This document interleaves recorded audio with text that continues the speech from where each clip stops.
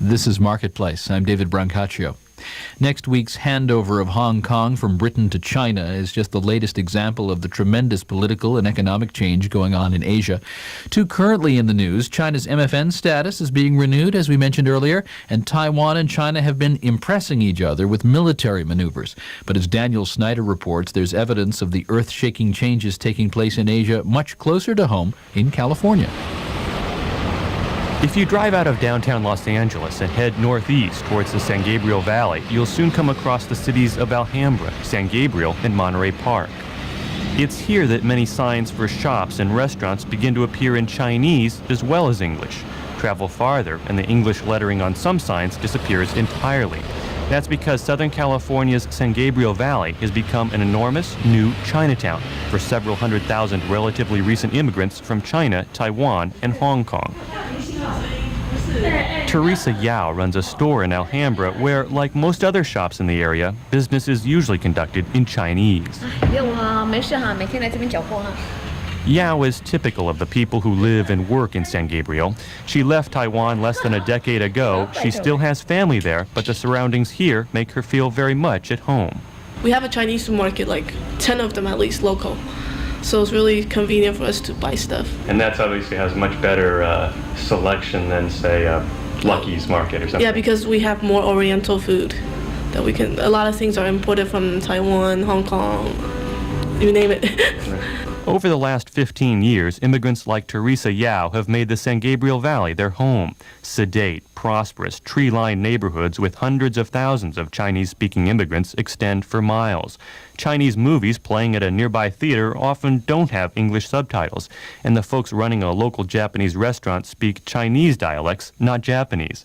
Joel Kotkin, who studied Asian business people for his book Tribes, says the San Gabriel Valley has become the largest contiguous Asian community in North America, and it contains enormous wealth. Historically, we've always thought of Chinatowns as sort of these dark places with alleys and with a bunch of old men smoking opium and poor people who spend their lives washing dishes or something like that. But this is a bourgeois ethnic community. In many ways, I would compare Monterey Park in the San Gabriel Valley to being more like the old gilded ghettos of the Jews on Long Island than I would compare it to a traditional Chinatown. Many local residents have come to the United States and brought much of their money with them because of the political and economic tumult in Asia.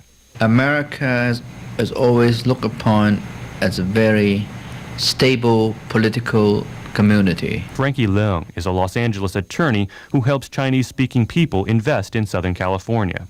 If you look at what happened in Asia, almost each of the various countries have some sort of instability factors. Therefore, if you look around, people would like to diversify the assets in some parts of the world where they would not have to face political risk. Southern California has been the beneficiary of so much of this money that even large national corporations appreciate the growing importance of Chinese-speaking consumers in the U.S. Just listen to how employees at the Charles Schwab brokerage in San Gabriel answer the telephone. Hello, 您好，这里是 Charles Schwab， 我是 Ellen， 今天有什么可以替您服务的地方呢？ Ron Gong manages this Schwab office, which was the first office outside the company's San Francisco headquarters to cater to customers of a specific ethnic group. If they want to actually buy and sell in Chinese, we do have bilingual reps available 24 hours a day. They can answer their questions and also handle their trading in Chinese as well as other languages, plus handling people from overseas. Looking around these largely Chinese communities, you can't help but notice how many banks are open for business. Analysts say it's impossible to tell how many billions of dollars flow into these institutions every year from Asia. But in times of political or economic uncertainty in Asia, vast sums of money show up in this safe haven, often overnight. Chinese investors are also pouring their money into the local economy, into everything from the garment, toy, and electronics industries to export-import businesses and car dealerships.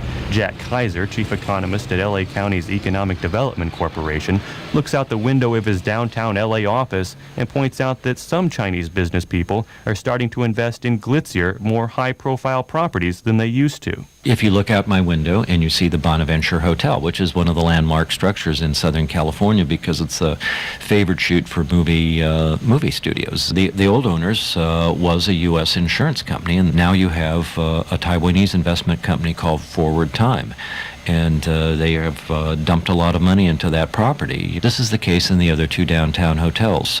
Chinese investors are ironically snapping up many of the trophy properties that the Japanese paid handsomely for in the late 1980s. But the Chinese are paying just cents on the dollar for the famous hotels and ritzy office buildings because local real estate prices plummeted during the economic downturn of the early 1990s.